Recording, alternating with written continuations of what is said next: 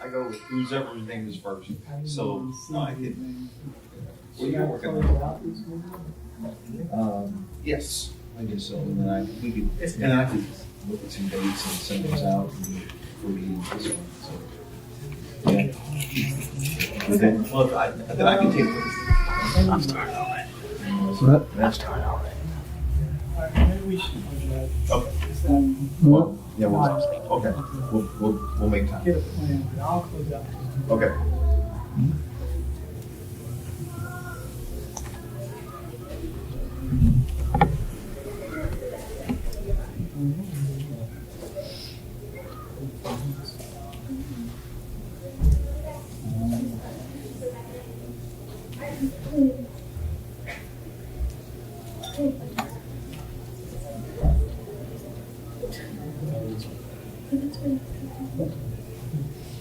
I think you're on the other side. And I need to go. I need to remember. Alright, come on. Let's go find Avery's bus.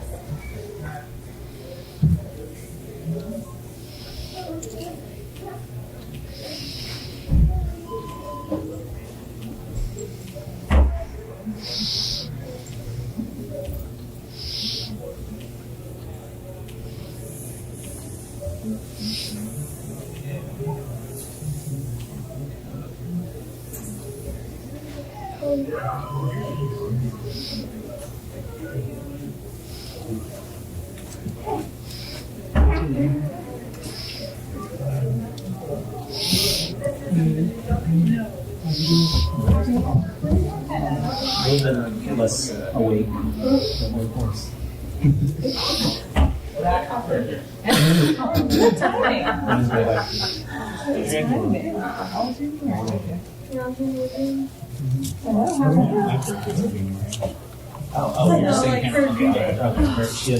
You did. I see. On the last class, this would be great. We feel you didn't get beat up enough last week. So we're gonna do it more? Yeah. Yeah. Okay, I like it. Brought in ringers. I like it.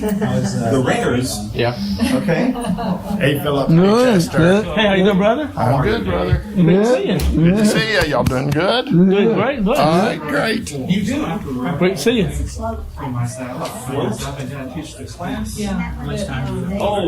Oh, today? Oh, it's just more. I should have put review. Yeah, I should have put review. It's review or, and actually it's float first. So there's an additional class. Yeah. I guess I'll get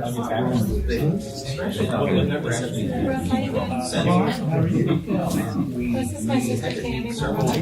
Hi, how are you? So that's where I get my reputation. So, right, but they all got extra yeah, so extra star on jewel on the crown. Everybody got 110. That's it. Do you guys like a Smyrna council member? Lee, how are you? He's in control of local things. I got Catherine this weekend. Yeah, so she came home for a long weekend. So It's very smart, very. it's nice to have her. Yeah.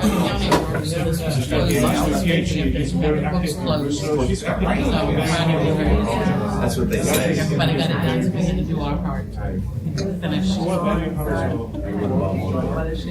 I had to take, You know, it's gonna be raining forever. I work, just get on it's been nice that. Oh, okay. No, you're right. The whole earth. Yeah, the whole earth. Yeah. Well, no, not that. I've responded.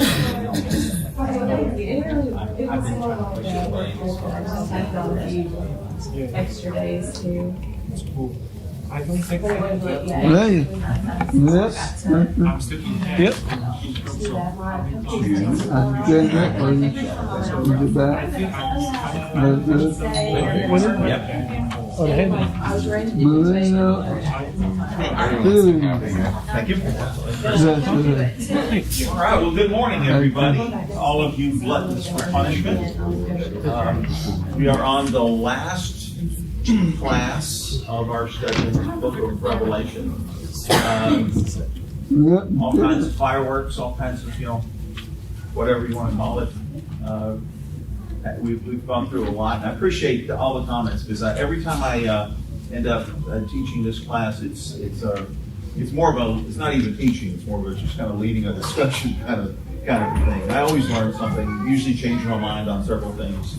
So it's been interesting. We're gonna, in getting into the last couple of chapters, we're gonna just our process that we've been going through. And I feel the most comfortable with this is to approach the book as a figurative book, from beginning to end. Even those passages near the end that we typically assign to heaven and hell, I assign that to a new environment. That when Rome, and I take the latter date, Philip takes more of an earlier date, but the message is the same. When the enemy is taken out of the way, there's a new environment in which the people of God can flourish.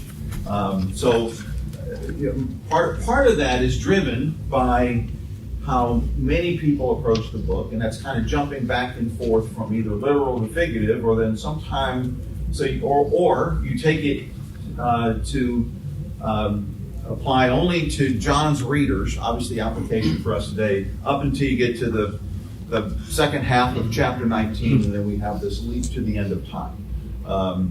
And so, my reading of the book, I don't see the reason for the quantum leap to the end of time, although I'm reluctant to say that.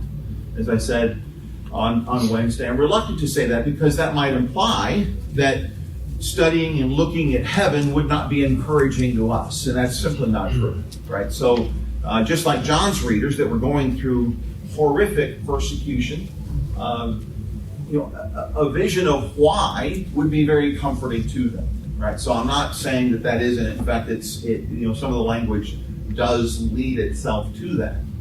But as Philip pointed out, one of the difficulties when you kind of compare it to passages in Isaiah and some in Ezekiel that we'll take a look at, it's I wouldn't say identical language, but it is extremely similar language where the sun and the moon stop, death is taken out, no more weeping. All of that's discussed in Isaiah with regard to the enemies of God's people, whether that's Assyria or Babylon or Edom or Egypt. It's the same language over and over again. Whenever God takes an enemy of his people out of the way, he is said to destroy the world. And basically it's the Babylonian world that collapses. It's the Egyptian world that collapses. So it's the same kind of language, and so that it makes it, flip a coin, I guess, because it would be encouraging to look at these passages as talking about heaven, and it's also, I think, encouraging for us, and we get the same message, I believe, if we can kind of look at it from a standpoint of the environment and what God will do, not only what did he do for John's readers in the latter part of the 90 AD time period, but he will do that again for us. Should there be an enemy, should there be a conflict, God, the security that we find in God cannot be compared. And we have a choice to make, and I think that's the point of the last couple of chapters is, here's a glorious situation that you can be a part of. You have a choice to make. You have a commitment to make in regards to that. So that's kind of the approach. Normally, the 1,000-year reign normally isn't as hard as this part is. So I'm ready, as best as we can be. So one of the things that I kind of look at that is that whenever God, like I just said, there's several judgments that God has performed throughout history. There is obviously there's going to be a final judgment. We see that in Peter. We see that in St. Paul writing. There is a final judgment, But other judgments, this is kind of the language that is used. The opposite of that is for God's people, the blessings. So you have judgment on one hand and blessings on the other. And when those blessings are pronounced, they are described as rivers flowing and soil bearing fruit abundantly. The hills and the mountaintops just drip, not drop, drip milk and sweet wine. And again, you look at Isaiah 60, then chapter 65 and 66, and some passages in Ezekiel. It's the same kind of former troubles are gone. He creates a new heaven and a new earth, and he creates Jerusalem of rejoicing.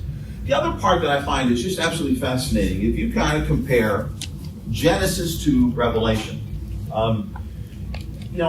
heavens and earth were created.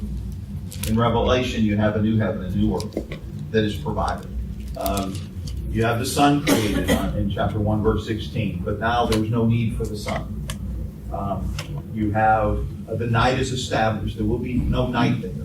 The seas are created. No more seas. Curse is announced. No more curse.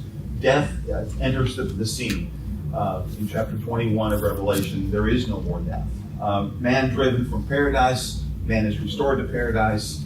Sorrow and pain begin. No more tears, no more pain, no more sorrow. So, again, now the difference would be this is literal language over here, and this is figurative language here.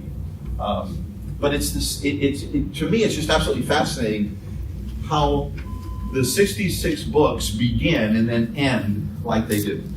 Kind of the opposites. There was this creating, and now there's this recreating that goes on. Again, I just find that regardless of how you look at it. So the way I break down chapters 21 and 22 is talking about the citizens of the city. When John is told, let me show you the bride. What do you expect when you read that in chapter 21? What are you expecting to see? So John's taken by the hand apparently, and he's shown something. But what do you expect to see when he said, I'll show you the bride? A person, right. What is he shown? He's shown a city. Instead of a beautiful bride adorned in white, he is shown a city beautifully adorned and dressed in white. So obviously those are the same things. What are the circumstances of that city? What environment does it find itself in? What are the people like in that city? What character must they possess? What kind of commitment must be made to enter into that city? And then there's this challenge, I think, that's offered also with regard to that particular city. So looking at the citizens, how would you describe the citizens in verses 1 through 8?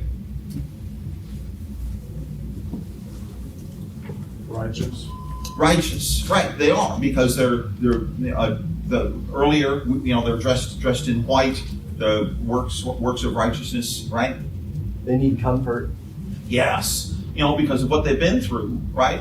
And by the way, they're still going through it. But when they read this book, they're still going through it. But the promise of comfort is there. I look at it, is first and foremost, they are God's people. God prepared. He gives those sorts of verbs that pop up in the first part of chapter 21. You get the idea that they're God's people. That God's going to take care of them. No more tears, no more death, no more sorrow, no more mourning, no more crying, no more pain. God's going to take care of all that stuff that was going on. The comfort that you really desire and want, God is going to provide that for you. He's going to take care of His people, and always has throughout history. Then I would say they're a satisfied people. If anybody's thirsty, right, I'm going to give you flowing water without cost. This is one of those things where you're going to have all the water you can drink, and we take water for granted, I think, in this country.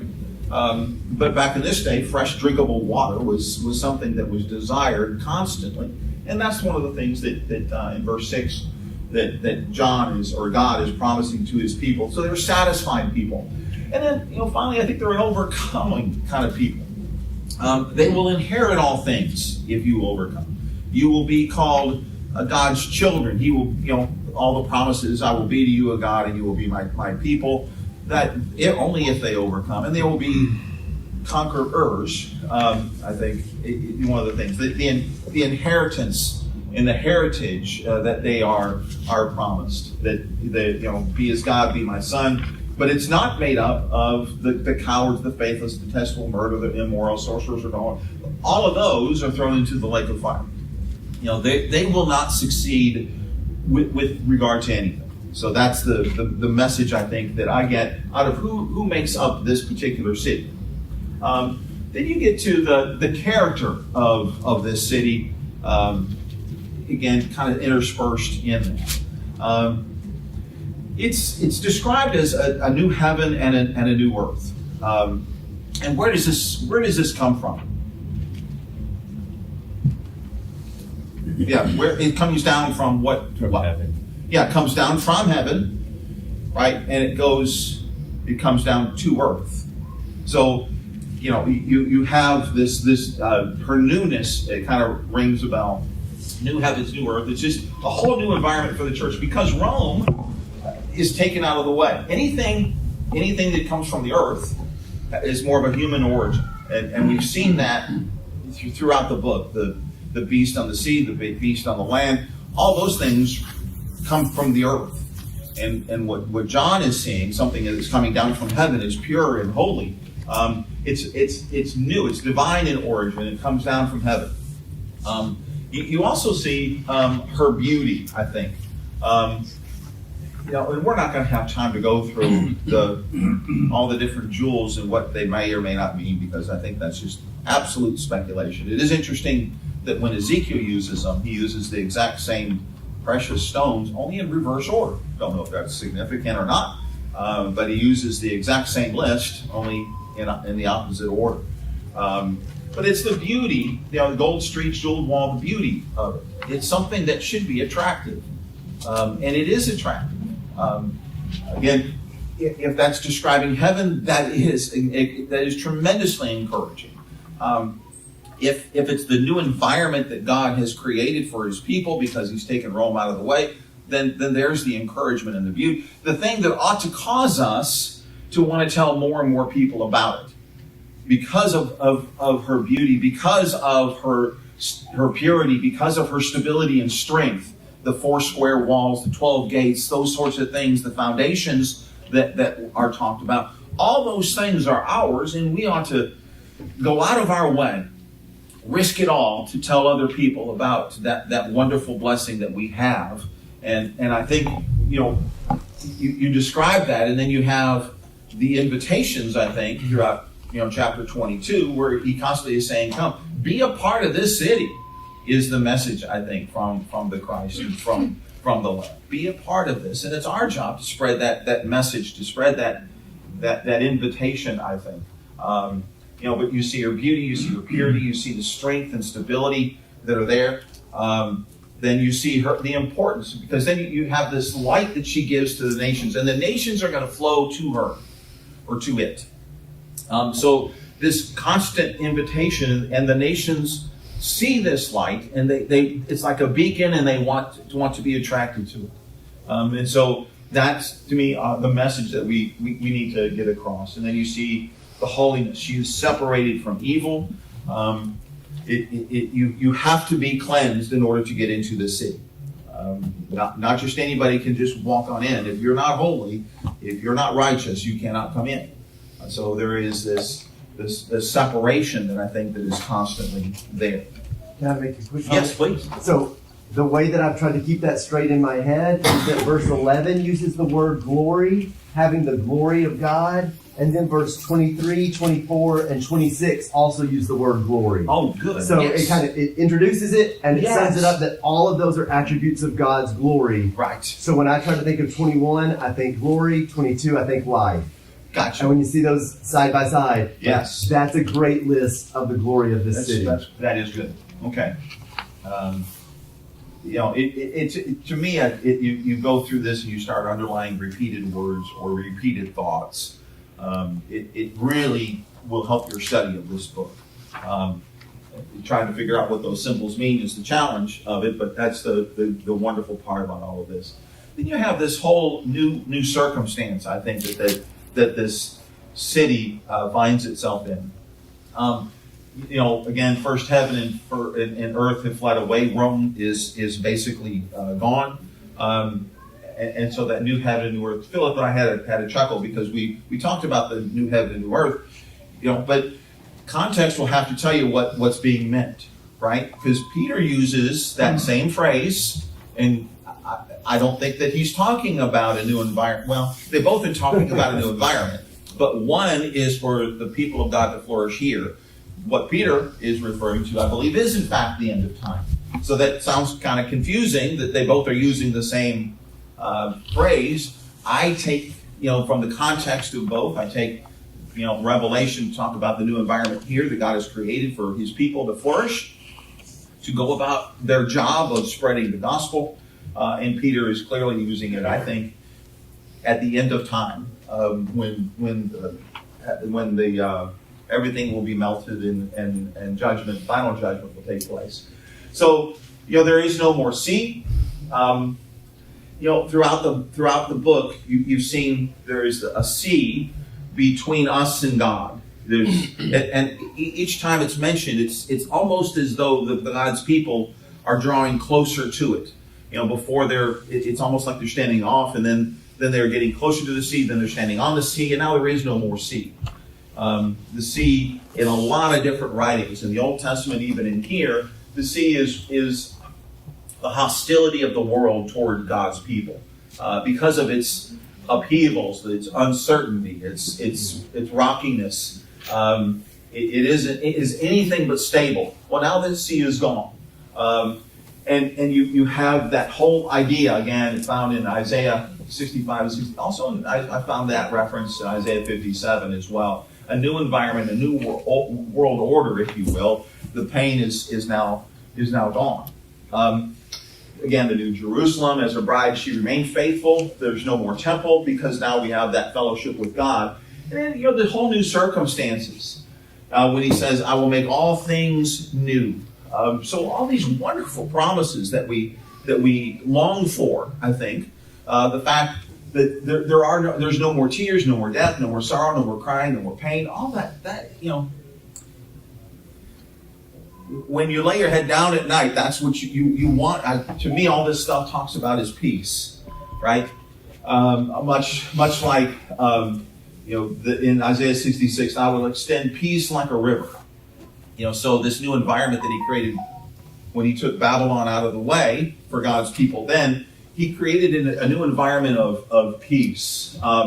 He promised in Isaiah 35 and 65, no more weeping and no more crying will never be heard again in this new environment. That doesn't mean people are sad, because obviously God is still wiping away our tears, but so that's why one of the reasons I don't know that that's talking about heaven, because there's still crying going on. What again, figurative language is being used in these texts, and it's that there is comfort that is associated with your pain, and God will rescue you from that pain, whatever that might be. Sorrow and sighing will flee away. You talk about no more death, and I think Russ brought this up. The passage clearly says there will be no more death.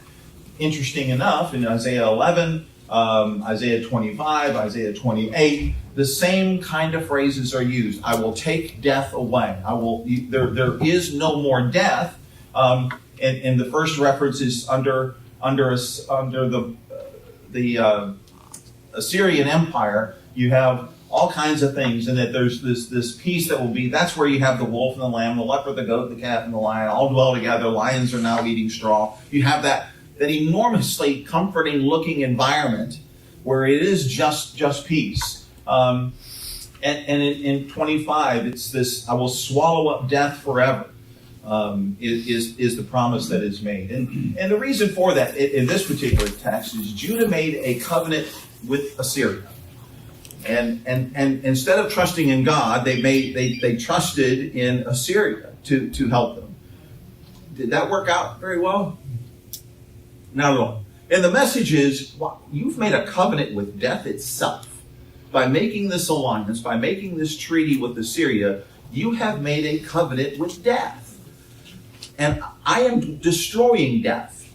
Death won't be around much longer because I'm taking Assyria out of the way. So whenever he destroys an empire that has punished his people and have been wicked and evil toward his people, he is said to take death away. Because that empire, whether it's Babylon or Egypt or Assyria or Rome, that empire has the power of life and death over God's people. They have that power. Once God's through with them, they no longer possess the power of death over my people. And so I will take death away. There will be no more death. So again, like what Philip was saying, all these troubles in the past are over. As I promised, all of these things are going to be taken care of. So again, is that a vision of heaven? Quite possibly it is. Yes, Russ. I just think that part of the struggle of that is the language of Isaiah always seems to be referencing more than just simply a new covenant coming. It is a picture of the total fulfillment. And like most of the Old Testament language, it always seems to have an immediate application and then something out in the future. And so, I totally agree all the way through those images of the star, falling, sun being darkened, references to the end of certain nations and all. At some point, it does seem that there are references in Isaiah to the ultimate, final, resurrected, right, forever time. Right. And would at least open up that possibility for part in Revelation to mean that as well. I think the part that I struggle with the most is this idea of a new circumstance. I can't quite figure out what is the new circumstance that's coming before the resurrection that fits this language that ever happened to the church after it was established. Right. That's the part that I really struggle with. The idea that, hey, don't worry about Rome, don't worry about persecution, God always wins, that fits so well. But then this language, as you say, seems to be something brand new, and I can't seem to fit that into anything else. That's part of it. Yeah, part of the circumstance thing is it's the only word I could come up with that began with the C. Okay? So environment would have been better had it started with the C, right? So I think you're on the right thing, that it is something new, right? I just don't know what that would be. That's the part of it. Yeah. And again, I just think it's the whole thing, even with Gog and Magog. I think that I'm taking the oppressor out of the way for you so that you can thrive and do your job as far as spreading the gospel. I'm taking that obstacle out of the way because up until this time, a lot of Christians were fearful of talking about Jesus in Asia, especially because of the certain death that would accompany that. And so they weren't necessarily compromising their faith, but they weren't fulfilling their job at the same time.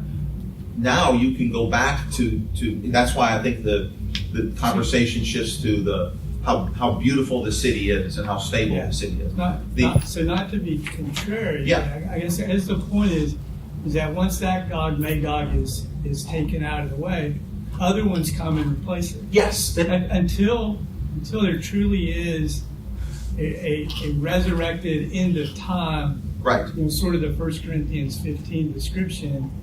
None of that is completely finished. That's the part I struggle. Yeah. So and I think Gog and Magog stands for all obstacles that mankind throws in the way of God's people. So it's not just an event; it is a series of events because Satan is certainly not done doing what he's trying to do, and that's destroy us. He's active and alive today, trying to fulfill that purpose. He can't do anything but that. That's what he is.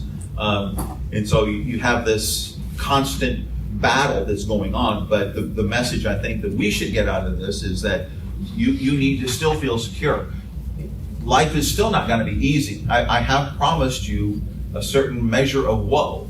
But if you hang on, victory is spelled out. The whole dual fulfillment thing is rather tricky, right? So, because I agree with you, there are certain passages that have a dual fulfillment and others that do not. And I think the trick is which one is which. And unfortunately, I think if we have time, I hope to get, and each of you should have received a handout if you did not have more on different premillennial theories. But virtually every prophecy under that particular teaching has some sort of dual fulfillment, where the Hallinzi will say, yes, I know that was fulfilled when Edom was destroyed, but, this other thing, and they twist and make things fit, I believe, into an incorrect context to prove a particular point. So dual fulfillment is really tricky, Yeah, I wouldn't claim to understand how exactly to apply it, other than Right. I think it opens up the possibility what you're saying is correct, but that this could definitely still be a reflection of heaven. It can be. And that post-resurrection future, because Right. the language could accommodate either one. Right. I think, for me, it's one of two different ways. If this is heaven, then there is no more death, right? That's, I have completely destroyed it. If this is the new environment that he's created for the church, I have taken the power over death out of the way. And again, since I lean more toward this is a new environment, that's why all these slides were put where they are. Yes? So the way I've been thinking about it and trying to work through the way you think about it is, if you were somebody living under a time of Roman persecution or Jerusalem persecution, whatever, and all of a sudden you realize you could have what we have today, Right. where we can just come and be here together, no worries about persecution. We can spend time together whenever we want to. We can study the Word. We can talk to anybody about it. Would they describe it in this way? Would they describe our life now in this way? And they might, right? Sure, they might. Sure. Sure, we still deal with sickness and death, but not on the level of any of us could be murdered tomorrow for our beliefs. It's that's true. It's a different, they would think it's so great that they can spend time together. They might describe it in terms of this, all these stones, and I can see it at least. No, I can't. Okay, thank you. Appreciate that. Yeah. And by the way, if anybody, I studied it quite a bit in the last several days, the whole Daniel 7, Revelation 20, and 1 Corinthians 15. I've studied that quite a bit, and I may have an answer to that. It centers on the word rain and the definition of rain and how it's used differently in the particular context that it is in those three different passages. So if anybody wants that email, I will send you an email with that.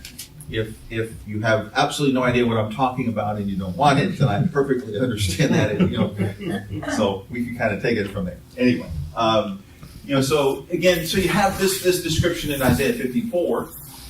This whole wonderful great city. Oh, you afflicted one, tossed with tempest and not comforted. Behold, I lay your stones with colorful gems and lay your foundations with sapphires. I will make your pinnacles of rubies and your gates crystal and all your walls of precious stones. So you kind of see that same kind of language of beauty and stability and strength that come from other passages throughout the Old Testament.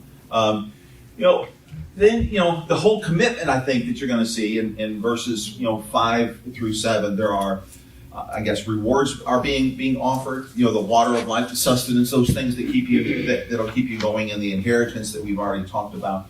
But there's also this whole threat's too strong of a word, I guess. You have a choice to make. Which side are you going to choose to be on? The same fate awaits those who choose to be on the side of the beast, who choose not to be on the Lamb's side. That same fate is there. So for me, there is this call to repentance that's taking place at this point. It is not too late for you to come back and be a part of this great city. In that whole try to be the wife of the bride. So then, so looking at it, you've got this bride in the glorious city. So you kind of have all of these wonderful descriptions of her. And Ezekiel talks about the city is, the Lord is there. So there's that fellowship that takes place. Again, John is expecting to see a bride, but he's shown a city. But the Lamb's wife has to remain faithful. Those 12 gates, 12 tribes, the foundations, all those things kind of harmonize with other passages as well. That to me are just phenomenally comforting with either approach to these last couple of chapters. So kind of almost in a review of that. So there's no temple. The fellowship is there for us. There's no separation. The temple is the Lord God Almighty and the Lamb. So there's that fellowship that takes place. There's no need for the sun or the moon anymore. God is the whole life. That's all that you need in order to see. Isaiah 60 brings that out. The nations are going to come to it. So the king. So there's this again, some sort of openness regarding this city that is clearly an invitation of such. And although depending on how you read it, if final judgment is in view here, then that's kind of closed at that point from an invitation standpoint. Although you can kind of say that, here are the consequences. There's still time. There's still time. You can part of the context as well. The gates will never be shut. Again, somewhat of an invitation, but nothing unclean can enter it. There's no night there. Only those whose names are written down in the book of life. The river of water flows through it. Peace like the river. The tree of life yields fruit every single month. Never seems to stop. The leaves on that tree heal the nation. So, what is within that city has the power of healing. It's up to the citizens of that city to take that and go forward. There's no more curse. The servants are going to wear his name and see him face to face. There's no night there. And the servants are going to reign forever and ever in verse 5. So that kind of wraps up that. Phil, did you have a comment? No, I was just looking up your Ezekiel reference. Oh. For my own growth. There you go. So I'm confident there's questions that I have not answered for you. Is there any question that kind of wraps up the book for us? Any questions that I can muddy up greater for you? Yes, sir. I'm really sorry because I'm just passing through and I'm on the last class of this entire study. Yes. But I never actually heard from that angle. This is like the end of the Roman order. Right. As the last two chapters, because I've always heard it from like yes, you were saying, like the end of all things. Right. But so I hesitate to ask this question because I feel like you're about to go into it, which is like, how do the two resurrections play into that? Like the first and second, because like the way I always think of it is like the first resurrection is like baptism, like our spiritual resurrection, right. And then the second one is like the end of time, bodily resurrection into eternity with God. So if I could get your email on that, right? Yeah. So I could, because it goes back like two classes where we talked about the first and second resurrection and the first and second death. Yeah. But the reference, I believe, will take you back to the Valley of Dry Bones in Ezekiel, where there is this resurrection that takes place, and it's a resurrection of a cause, right? So all those that were beheaded and martyred are resurrected. So the cause of Christ is being resurrected, much like you see in Ezekiel.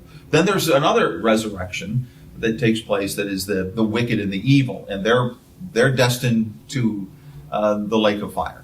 So there's that, and then obviously the natural death that all of us must suffer through, and then the second death, which would be the lake of fire at that point. So, okay. But I would love to send you an email with some notes on it on that, what those resurrections take place. Okay. Okay. So the first one you would say would be like righteous spiritual resurrection, and then unrighteous spiritual resurrection. Okay.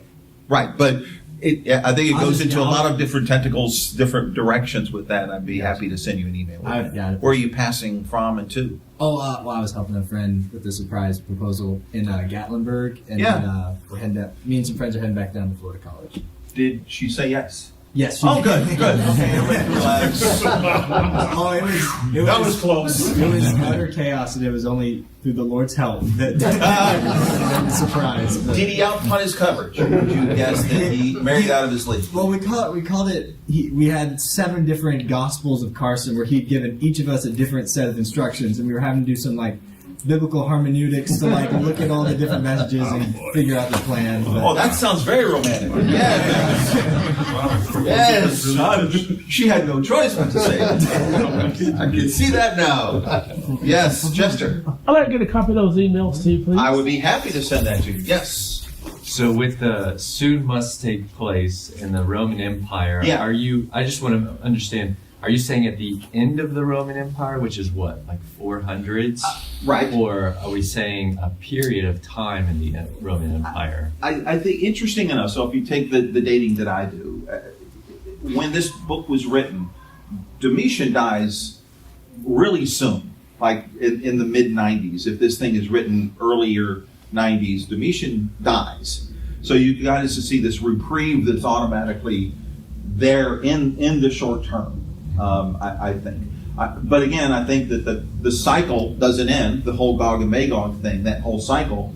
But Rome's ability, diminishes significantly, not much longer after all this. And so several times, I think 6 or 7 times, it's mentioned that all these things are going to soon take place. And the word soon, I think, means what I think it means in that particular case, that God is going to start his actions now to keep his kingdom from falling. I think that's, and you kind of compare what Daniel was told, don't seal this up because this has to do with something that's going to take place in the distant future. So, he says to seal it up because people won't get it. It takes place several hundred years later. John has said, you got to start writing now. You got to start telling people about this now because this will soon take place. So, no, it's a good question. What I would love to do is, in the first class, I was asked if we're going to talk about the 80-70 theory. Somebody else asked me about the Antichrist, and then somebody else asked me about premillennialism. Simple topics, 15 minutes should be ample. Wow. Yeah. So, but you're explaining it. I didn't tell you that. So I've got a lot of slides, guys, but one of the handout that I gave you, because I knew this was going to happen, is a heavily plagiarized article that I had this much to do with, and most of the other much smarter people wrote. But it'll kind of give you an idea, I think, of the different different millennial theories that are out there. And it kind of goes through, the explanation of it. There's a beautiful chart that you'll see here, some definitions. And then the question obviously comes up, why is all that important? And I think that's the critical aspect. We have to answer that question, because otherwise your brain gets real soft and mushy when you start reading books on this particular subject, because it's a hodgepodge put together kind of theory, and it's really difficult to follow. And you would ask yourself, what's the big deal about studying this? And it is a very big deal, because I would say, most people would fall into this kind of category. They don't know it necessarily, but they'll display a bumper that says, "In case of rapture, this car will be empty," or something like that. That kind of, you'll see those frequently. They may not understand all the different ramifications of it, but it's a theory because they've watched The Left Behind or read all those books, Late Great Planet Earth, tons of different documents that exist out there. So there's, obviously you could read all of that very clearly. Let me just read this last thing to you. The theory states that Jesus had attempted to establish a literal kingdom reigning here upon this earth, that he was rejected and crucified.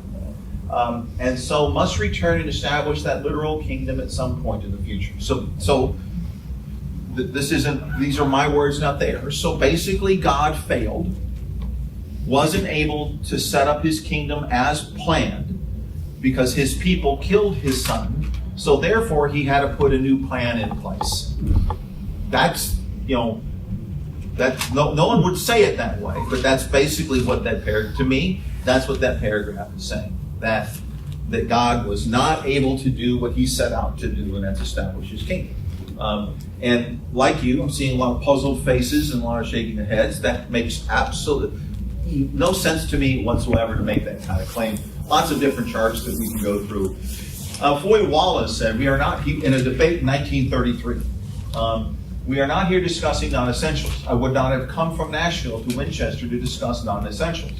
That would put me in the ridiculous position of traveling across 2 states to engage in a discussion which is not vital, or that does not involve a single thing essential to salvation.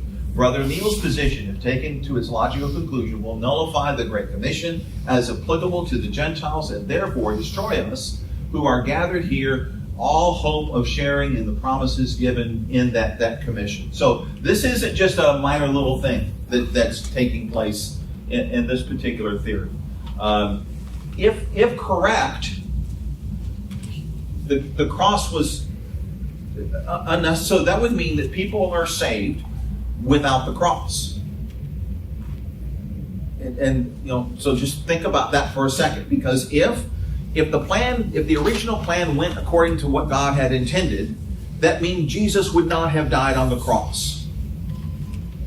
And Gentiles would be excluded forever, because that would only be applicable to the Jews, and they would have been saved without Jesus dying on the cross. You mean the first point alone? So you can see the danger in this theory, because it's teaching that the death of Christ wasn't necessary. And that, to me, again, is something that is absolutely inconceivable. Oh, I've got 3 whole minutes to talk about the rest of this stuff. If Christ was never crucified, tons of stuff, guys. The whole doctrine basically is this. Israel existed, Christ comes to the earth, does his ministry, dies on the cross. That was unexpected and just unexpected. So then God sets up this church age like a stopgap measure. So I've got to shove this other thing in place because things didn't go as planned, so I'm going to establish the church age. Interesting enough, Al Lindsay in his book says, because I use a lot of others use the term of unexpected or stopgap measure or something like that. Obviously, that's not anything a premillennialist would say. But Lindsay's explanation for that is God always had the church in mind. He just never told anybody.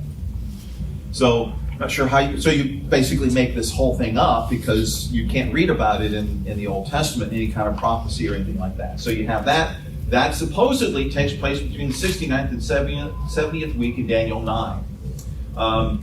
Then you have, after the church age ends, you have this rapture of the saints. Here, although the word rapture doesn't occur. Then the Antichrist comes onto the scene, 70th week of Daniel 9. 7 years of tribulation that take place. Then the revelation of Christ, so then Christ comes down on the white horse and the Battle of Armageddon takes place. Obviously, Christ wins. He sets up an earthly reign here. Satan is bound for 1,000 years. The earthly Messiah's reign is right here on the throne of David in Palestine. And it's when that is over, sometime just before it's over, Satan is released from his prison. Gog and Magog are released. And then you have judgment, either heaven or hell. So basically, I did pretty good in about 45 seconds to explain the entire theory of premillennialism. So you kind of can see the struggle with it, because I think it takes so many different texts and takes them out of context completely. It pieces together 20 some odd different verses, puts them all together, reinterprets them because they ignore the context in which Paul wrote. They ignore the context in which Isaiah and Ezekiel prophesied, and they just piece them all together. And here you go. That's it. So there's tons of stuff that's wrong with it. So I'm trying to get to the AD 70 theory. Oh, by the way, so all of that one chart here, this is what the Bible says. Christ died. Here's the last stage, and then the judgment. So that's this chart is a lot more simple to review. The Antichrist. So lots of different theories about who that might be. Somebody very charismatic, world leader, or that kind of a thing. I might go with Barney, but the rest I'm not sure of completely. But Daniel talks about the same thing. Basically, it is anything that is against Christ. That that to me is the easiest explanation for it. You can't fit somebody into it just because they're charismatic and a good public speaker. But there have been many antichrists. There will be more antichrists. Those are just things that are after that. The 80-70 doctrine says that the end of the world occurred at the destruction of Jerusalem. So everything that was prophesied about the end of the world happened, and you and I are here and left behind, in other words. So everything occurred in AD 70. Very honestly, unfortunately, a very popular theory that when Jerusalem was destroyed, that's when Christ came the second time. There was some sort of final judgment that took place, and here we are. We are here, and I think that when we die, we just go straight to paradise, I think, or to the torment. One or the other. I think there isn't any kind of judgment because judgment has already taken place. Why take the Lord's Supper? Because it says till he comes. That assumes that all the books of the New Testament were written prior to AD 70. And that's tough because John and Jude, now Revelation there's some debate about, but at least those four books were written after AD 70. So why in the world would you write them if they didn't apply to anything that's going on? And if you take the later date, then Revelation would be put into that. There's no reason to be baptized. There's no reason to preach the gospel. There's nothing to it. So that's the 80-70 doctrine. And so tons of other slides. If you're interested, if you're just gluttons for punishment, I'd be happy to share those with you. Some articles written and so forth. Thank you for everything. I appreciate it, Philip. Thank you for all of your help in keeping things straight and understandable. So thank you. All right. I think we're done. That was the second bell, right? Yeah. All right, because I can keep going. Thank you.